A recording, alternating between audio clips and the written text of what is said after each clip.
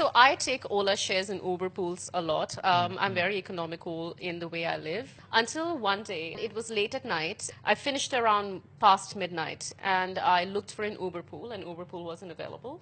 But an Ola share was available. It was my first time taking an Ola share, and I get into the cab, and there are like a few people in the cab. The driver gets one more pickup, and this guy comes in, and he looks educated, he talks educated, and he's got all of that, like you would normally meet Right, someone in right, your right. similar state of mind. So I get into my building, and I get down from the cab, and this guy looks around and like stares me up and down, which we have all become so accustomed to that it's a problem that we have normalized that as well. Anyway, so I go upstairs, and I lock my door, and I'm about to go to bed until I get a tweet saying, hey, I can't believe that I just shared a cab with you and I missed out on the chance of speaking with you. And then I get a message on my WhatsApp. Wow.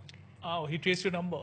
Yes, so I get a message late at night, this is around 2 o'clock in the morning or something, saying, hi, so what really intrigued me about you was that a person like you living in a building like that What would does be that even taking mean?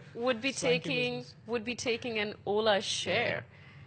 And I looked at that message and I thought, before I answer any of his questions, I need to know how he got my number. Number, absolutely. So I said, hi. I said, this is really freaky, but I need to know where you got my number Number from. from, yes. And he's like, oh, come on, my research skills are great. And Like that he was is boasting. so Yeah, problematic when you call your stalking or invading someone's right to extreme privacy in this case as a merit that, oh, Yeah. my research skills are Your great. research skills are great, but your head is, I mean, not And in the I right, said, heart is not in the right and I place. said, okay, I really need to know where you got my number from. I had the option to block him right away, but I really wanted to know where he got my number from. And he said, oh, please tell me you won't be angry. And I said, tell me where you got my number from. Yeah. So he said, well, after you got down from the cab, I asked the driver for his phone. I told the driver that I need to make a phone call. I saw the last dialed number and I thought it must be yours. And I took down the number. Then I put your number in Truecaller. And Truecaller doesn't have my name. So my name doesn't come up in Truecaller. He said it didn't have your name. It just had some initials. But it had an email address associated with it. So I took the email address and I typed the email address in Google, which took me to your Twitter profile. And that's how I realized that you were Priya Malik.